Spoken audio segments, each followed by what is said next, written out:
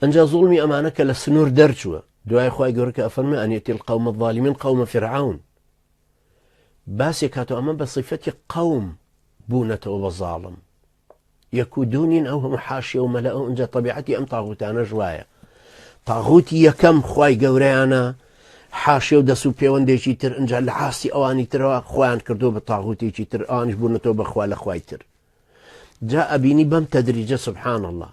ئەوەی کە بڕوای بە خوای پەروەردگار نییە ئەوەی عبودیەتی بۆ خوای پەروەردگار نییە دەیان تاغوت دەیان خوای بە دیارەوەیە خوای گەورە ملکەچی بۆ دەربڕیوە خوای تاغوتی خۆیان بەوەلی ئەمری داناوە تەسلیمێتی یەک کەلیمە لە کەلیمەیاناڵێ هەرچی شتێگەڵ ئەڵێ ڕاستە سادات وتاریەدا دەربارەی یەمەن وتی بڕیارمدا جێش بنێر بەسەریان خەڵک چەپڵەی لێدا و کەوتە هەلەکە سەماوانەی دەوروبەریشتی چەپڵیان بۆ لەدا ئیشێکی چاگەکەی ئیشێکی چاگەکەی بەڵام هەر سادات وتی بەڵام دوایی بڕیارم داوتم جێشی عەرەبی نابێت لە جێشی عەرەبی بدا هەن ئافرین ڕاستەکەی دەست خۆش دەست خۆش هەروە قڕمیش کراوە یعنی تۆ فی كل الأحوال هەر دەست خۆش آخر بۆیە لە ما علمت لكم من إله غيري أنا ربكم الأعلى خەڵک بۆیە ئەبێ بەخوا تۆ سەیری و فرعونەی کوردستان کرد چۆنە بێ بەخوا لە خەڵک ئەوە ئاوا بێ بەخوا لە خەڵک حاشەیەکی پڕ ئیجرام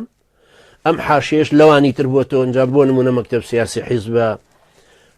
مستەشاری ڕئاسەن نازانم چین لەو هەموو حاشیە و دەبنگانەی لە دەوروبەرین ئەوانە ژەبنەوە بە تاغوتی خواروتر بۆ خواروتر بۆ خواروتر هەمووی دەرەجاتی ئالیهەی مزەیەف هەروەکو چۆن فرعونەیوت ئێمە سولالەی ئێمە لە خۆرەوە هاتووین